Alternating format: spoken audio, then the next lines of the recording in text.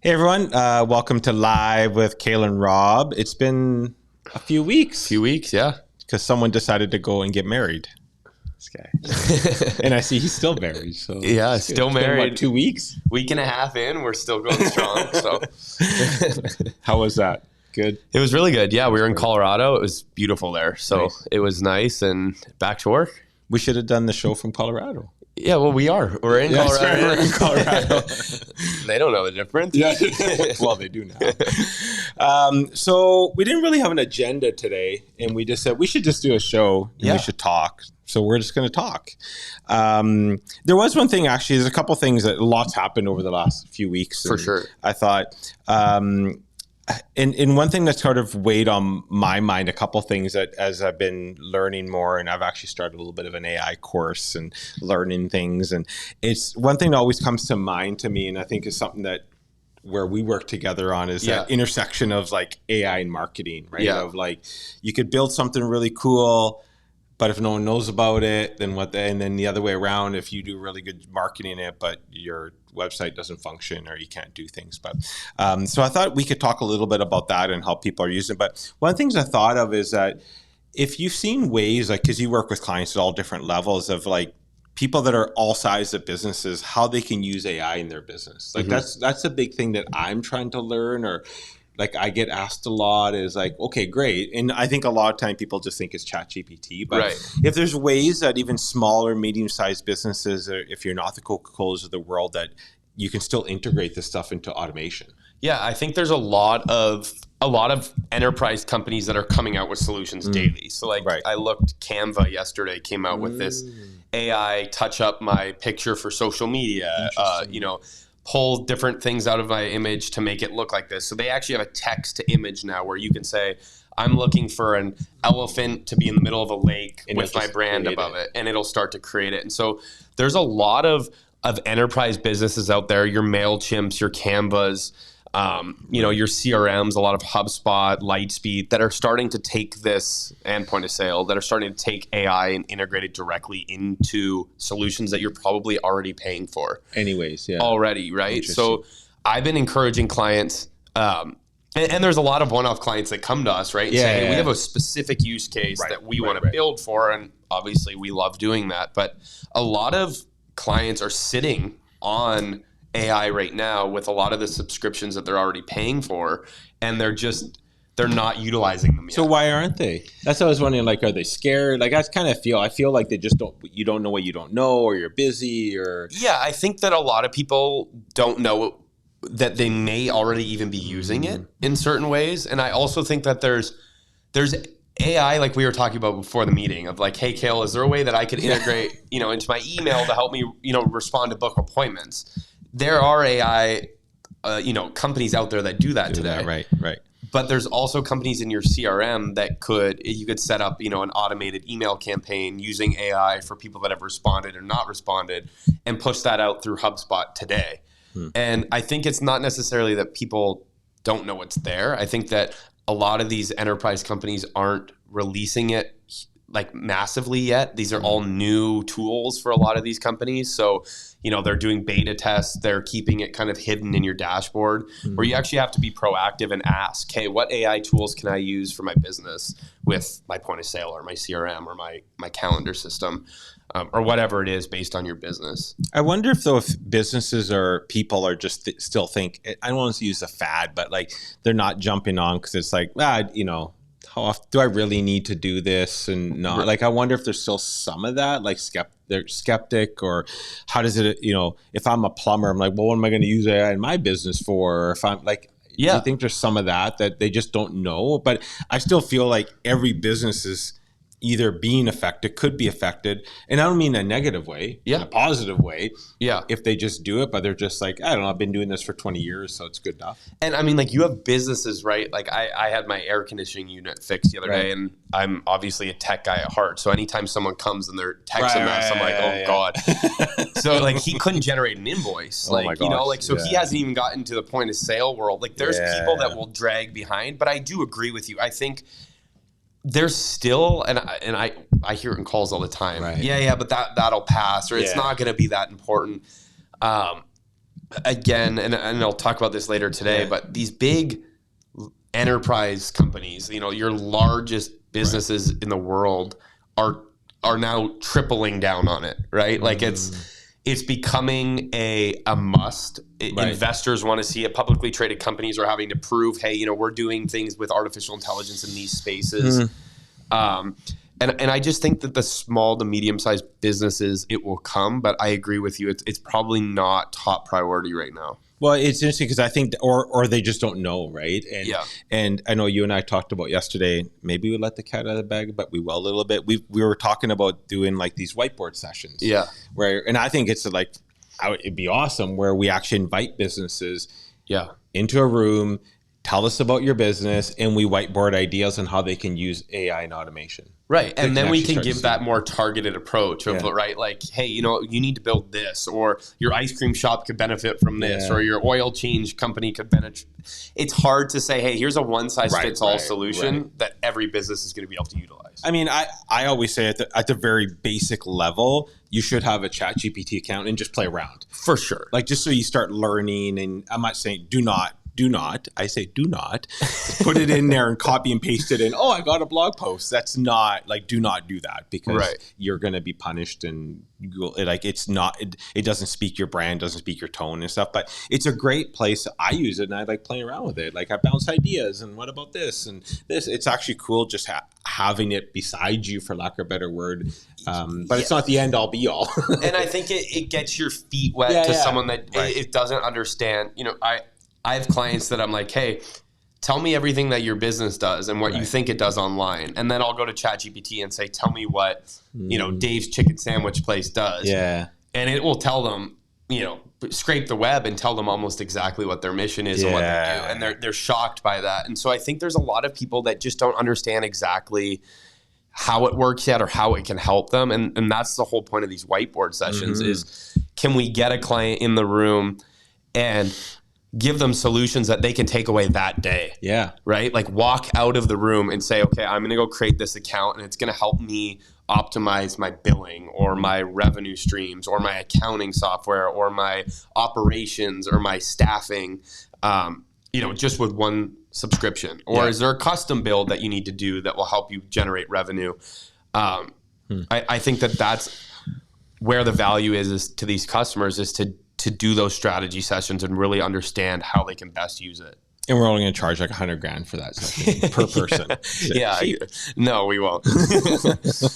Well, we'd love to, but we won't. Yeah, we won't. And I think that an example that I'd love to get into is one from the brand side, and I don't know if we want to jump into this yet. Yeah, let's do it. From the brand side, but also from a technology standpoint, a brand that all of our listeners will know. And one that I'd love to chat with you about today, which is Starbucks. What's that? Starbucks? Yeah, heard of it before? And what do they have now? I have this written down. They have 31 million active users on their app. They are a massive coffee cafe that's turned into, one of the largest online mobile app payment subscriptions, maybe potentially ever. Yeah. They do an amazing job for that. Like, to me, I use them all the time when I talk to clients, because of, and I think we'll get into it a little bit, is that I say Starbucks is an example where I don't put a lot of emphasis on logos when it comes to businesses. Because I'm like, do you go to Starbucks because you like their logo? Yeah, right. Do you go to Starbucks because, people wait in line to pay? Literally right now, I ordered an iced coffee with like this cold foam thing, and it was $8. Yeah. Yeah, $8. And it's like, and guess what? I'll probably go back another time and do it. So and that's my point, right? Is like, you could have went to McDonald's or 7-Eleven and probably got the same thing, maybe not as good, or maybe the exact same. Yeah. And maybe you're tainted by the brand. Sure, 100%. But I want to dive into Starbucks' model to kind of maybe show an example to listeners out there of their business and how Starbucks is utilizing data to use AI. And it's easier to speak to when it's a specific example. So in 2009, Starbucks launched their app, which allows for in-app payments. So basically what they said they would do is you load money into our app. Right. And if you use the money that's loaded in the app, we'll give you stars. Correct. Stars are cashable for a free muffin or free coffee. Yeah. Okay, so the coffee that they charge Rob $8 for, they make for 32 cents. Yeah. And that's how they can give away stars all the time. So last quarter, this was April 2nd of this year, Starbucks had $1.8 billion in customer cash inside the application. That's insane. They are using that money as basically a high yield savings account and creating interest on that money. Yeah. And the point about the Starbucks app is they've used loyalty to allow you to upload cash, real dollars. And when your money goes into the application and you have an $8 coffee and you loaded $10, there's $2 left that's buying you nothing at Starbucks. Yeah. Which forces you to say, okay, well, I'll just put $5 more in so I can buy this coffee. Yeah. And it's led to people believing in the application, putting money into the app, and then continuously doing it over time. So since 2009 to today, they're crushing it on money left in the application, and they're prepaid, basically, gift cards for most of the coffee that they sell. That's crazy. But a couple months ago, they went and they said, hey, we're going to release an application called Deep Brew Initiative, which is going to take all that data over from 2009 into today, and it's going to understand what Rob actually wants. What coffee, what food, what pastries, what time does Rob come to our stores, which store does he usually go to? And they have all of this data now that they can through an AI model and say, okay, how do we cater to Rob's taste and his customer preference specifically to Rob, and get the noise of the rest of the app away and just give Rob what Rob likes. Yeah. And so they're starting to do that now. But in doing that and creating the better experience for you, they've significantly improved their operations in understanding how many times you come a week, how many coffees you buy, how many pastries you buy, to understand from a distribution standpoint, how many pastries should we distribute to a certain location. Kelowna, right. And when do we need to ensure that we have extra staff or less staff based on this model that the AI is telling them of, hey, your Kelowna store is the most busy at 8 a.m. And you're going to sell 47 lemon pastries. Right. That's what they want to get crazy. to. I actually find their app is amazing. Like it's actually, it's evolved over the years, but it's easy to use. It does keep you going. You're right. Like you got to add a few more bucks to buy. But it's interesting because I actually find their model has been interesting since COVID, because I think when Starbucks launched, they were sort of the place where you would go and hang out. They wanted you to sit there. You would hang out. Now it's like they're building drive-through locations. They just want you to you pay and leave, and leave. There's even in the morning, I'll stop at a Starbucks. There's a lineup from the people that have ordered off their apps. Waiting for drinks. Waiting for drinks. Right. And that the cashier has got nobody at their till. Right. Because it's all been doing that. So I find it fascinating. Now I'm going to pay attention to the AI, because I'm a big proponent of know data, know your customers, know what they're doing. And a lot of times they'll have that, but clients don't know what to do with it.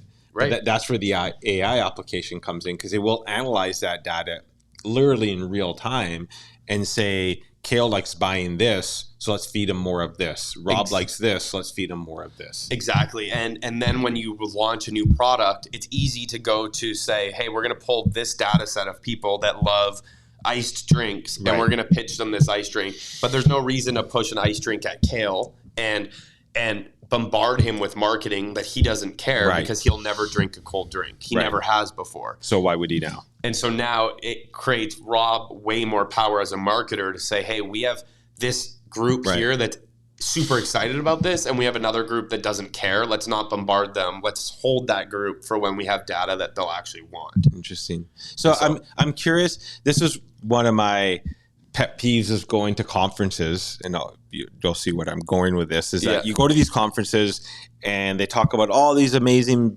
things that big brands do, and then you come back and it's Joe's coffee shop here that has 3 employees, and it's like, well, I don't have the money that Starbucks has to create an app to Starbucks. Right. What would you say to a company like that? Well, I would say, there's a reason. I get the Starbucks brand behind it. I understand why they have $2 billion in unused cash, but there's also, loyalty programs work. They've proved that model. Right. And preloaded cash works because they've also proven that model. So I think of Joe's coffee shop down the street or whoever you're talking about. Yeah, sure. They're paying probably anywhere from 2.9 to 3.5% in credit card processing fees. Right. If you preload money, your credit card processing fees go down and you're paying less per transaction. So just in that case alone, could you offer a preloaded loyalty program where you've preloaded cash and you get certain perks at the coffee shop. And in the meantime, you're understanding customers' data better. You're saving on payment processing fees. You're understanding when you need staff and where you need staff in your shop. Right. And you can take this model, and I'm not saying you have to be Starbucks, but you can dummy it down and use a lot of what they've used. Right? I agree. Yeah, and I agree. I mean, it's even from a brand perspective, I use Starbucks a lot because you can still do the fundamentals of what they do. It doesn't matter what the size of your business is. Right. Doing things right. They ask for your name at Starbucks because of that. They make you feel special. It's a little thing that it's all about brand experience with Starbucks. That's all it is. Because their $8 coffee isn't 1,000 times better than the coffee at McDonald's. It isn't. No. I'd argue it's better than Tim Hortons, but that's just my personal preference. I wouldn't. I love Tim's. Well, you're crazy. Okay, so this podcast is done.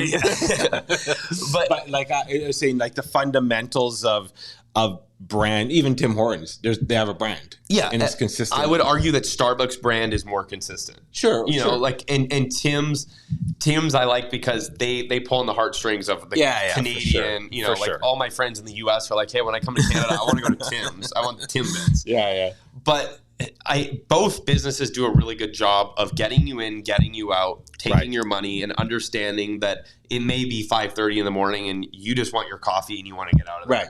And so Starbucks has come up with a plan to say, hey, pre-order it and it'll be on the till when you get there. Right. And in the meantime, we'll give you a star, which is a free pastry, but we just made 6% interest. Well, and you have to spend like $200 to get a free muffin. Exactly. But you feel, when you use your stars, you feel so special. And then they actually, it's interesting because their app does things like, and I don't know if it's already targeted because of, they'll send incentives. Right. Well, they'll put incentives in there. And I'm curious, actually, I don't know now because I was wondering when you were talking, I'm like, I wonder if my incentive's different than your incentive already.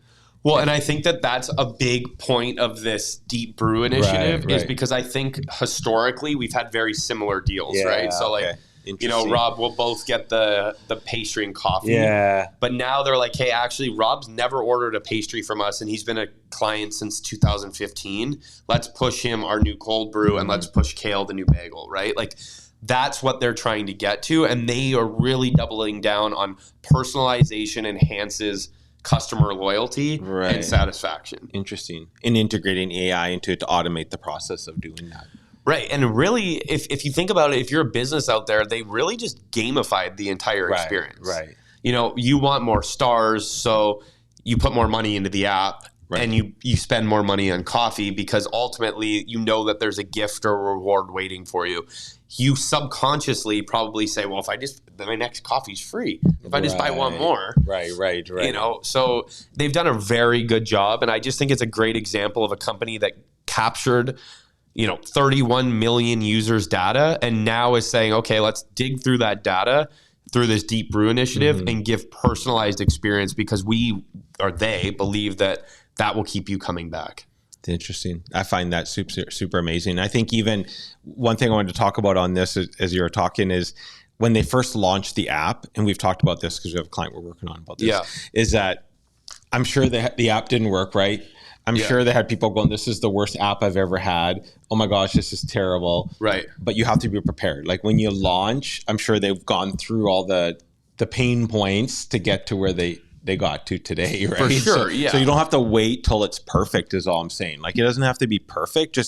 And I'm a big believer it doesn't matter the size of company. I never thought about the credit card processing because you're already spending the money anyway. Right. Just rethink the way you're doing things and you're probably spending the money on stuff anyways. Right, exactly. And if you think about it from Starbucks' perspective, they moved into, yes, they're a coffee company at the end of the day, but they know, right? Their executives understand that they're in a very high margin business. Right. And what can we do to increase customer satisfaction to know every time we sell an $8 coffee, we make $7, right? Yeah. Their margins are so good that gamifying experiences to keep coming back. And also when I was in high school, the way that they even targeted, middle schoolers, high schoolers, college students, it was a trend. If a girl walked in with a Starbucks, she was the cool girl, so they brought this brand behind it too, which is what you're really good at. And they gamified the experience. They had a good software. They made it a brand that everyone wanted to have in their hand. Yeah. And now they're going to take all of this data, and I believe this initiative that they're launching right now is going to be massive when they really understand exactly what people want and cater to 31 million people differently. Right. And have a different message for every single one of them. That's going to be huge. Well, and that is the power of marketing, right? It's one thing that's changed over the years is that you used to have to buy TV or print or billboard or radio where you're mass marketing. Right. I can't tell you not to listen to my radio ad if you're not my audience. Right. Where now it's literally one-on-one marketing. And then your ad spend is at least going to someone who 100%. Maybe cares. Right? It's going to be more. You 100% get a better ROI on that dollar that you spend, undoubtedly, because you're going to customize what you're. And if I'm a Starbucks fan, for lack of a better word, I'm not going to be offended if I get a Starbucks ad for whatever it is, even if it's like 25% off. Whatever iced coffee's Friday, I'm not going to be like, well, how dare you send me that ad, right? So, and I think though, as time goes on, people are going to say, well, right now we're so stuck in that model of like, hey, throw out the net, and hopefully you catch someone that wants it. Right. I think 10 years from now, we're going to have such personalized marketing that we're going to be like, why the hell did Tim Hortons just text? Like, there's no way I'm going to Tim's because I'm so committed to Starbucks. Like, people are going to understand their target audiences so much better with data. Interesting. And potentially, so like I said before, Starbucks is now bigger than 90% of institutions covered by the FDIC in the US. So they're in the top 10% of banks in their coffee shop because the cash that they have of the cash that they're sitting on. Wow. They have 31 million active users, which leads them to one of the largest apps on the App Store. And they've gamified an experience now that has truly created a brand that will probably last forever. That's crazy. So yeah, just an example of what you can do with data over time. And if you're a small business out there, I feel like it's definitely something to look at and maybe not copy, but understand. Yeah, but the fundamentals of it don't change. Right? That's what I mean. Like the brand fundamentals don't change. The process of knowing your client's data doesn't change. Like that. That's just saying, like, don't think of when you hear Starbucks and go, I don't have the dollars to do it. It's not about the dollars. It's about the process they're doing. Exactly. Having a brand that's consistent, collecting, knowing your clients, all like that's what the important part out of this is, and then being able to use that data to deliver a customized experience to your clientele. I think that's the most important, and we see that all the time. Of like, oh yeah, I have a database of 14,000 people. Great, but I'm not reaching out to those people, and I'm like, but if you have 14,000 people that have come to you before and potentially will come back to you again, how do you segment that data and start targeting those people to say, hey, come back. We have a free coffee for you. We have not sending the same email to all 14,000 people. And that's, at a large scale, that's the same thing Starbucks is saying, is we need to be able to trigger to these certain people. And I think that any small business, especially hospitality and restaurant right now that are probably struggling, how can you personally target people to get them back in and give them an experience that says, I'm going to go back to that place again. Yeah. Well, because especially with options, sometimes you go somewhere and then you don't think about it, you go somewhere. But if you're communicating with the person, you're like, oh, we should go to the XYZ restaurant tonight because they have whatever. They formed a relationship. Whatever. It's always about the dollars. That's the other thing. Last thing I want to leave with is that you don't always have to give like % off and discounts to get people. Sometimes you just got to give value. You just got to like communicate. You just got to be in front of their face. Like it's not all. I'm not a deal chaser. Like I'm not. Like I'm not a person that's going to go because I get 10% off my dinner order. No, that's not what appeals to me. Some people it will for sure. Again, customized advertising. If you know that's not my driver, but Right. Cale's driver. Well, Cale's communication could be come in for 10% off, and Rob could be about there's a new dish on the menu that I want to try, right? Because they know that's what I enjoy doing. So, and if you can segment your data like that with AI, which is what we're doing for so many clients right now, you can send one email to clients that are looking for new food dishes and one email to clients that are looking for 10% off. Yeah. And right now, there's a lot of businesses out there that send the 10% off thing and wonder why only 1 of 10 stuck. Yeah. It's because 30% or 50% of those people were actually looking for a new dish. Yeah. Or, a new drink special. Yeah. Or whatever it is. Yeah. And data can tell you that, but data can't tell you that in a spreadsheet that's 14,000 pages long that you can't read. Fair enough. So, yeah. So now what? So now we... you go to Tim Hortons, I go to Starbucks. Yeah, we're going to go try some coffee and see what the experience is like. We should have had coffee here. We need to be... DJJ, I think he brewed some over Jason. there. He needs to be better, that guy. I can't believe he didn't get his coffee. We'll have to have a meeting about that. That's right. Yeah, it's cool. So, and then what I'm going to leave with is if you could work on that AI assistant that I wanted for my email. So Clone Rob would be amazing. And we'll throw Rob's email up right here on the bottom. Everyone send him a hi or a hello just so he can respond to you. Yeah, that's right. No, my AI assistant will respond. No. Yeah, it's cool. And I think we're going to try to get that whiteboard session going. I think that'd be a neat way for people to really understand what AI can do at the level, like I said, on small, medium-sized business level. Because it can help at every level. It can help optimize. So. Agreed. Thanks for listening. We're good? Yeah, we'll see you guys next time. Thanks for tuning in.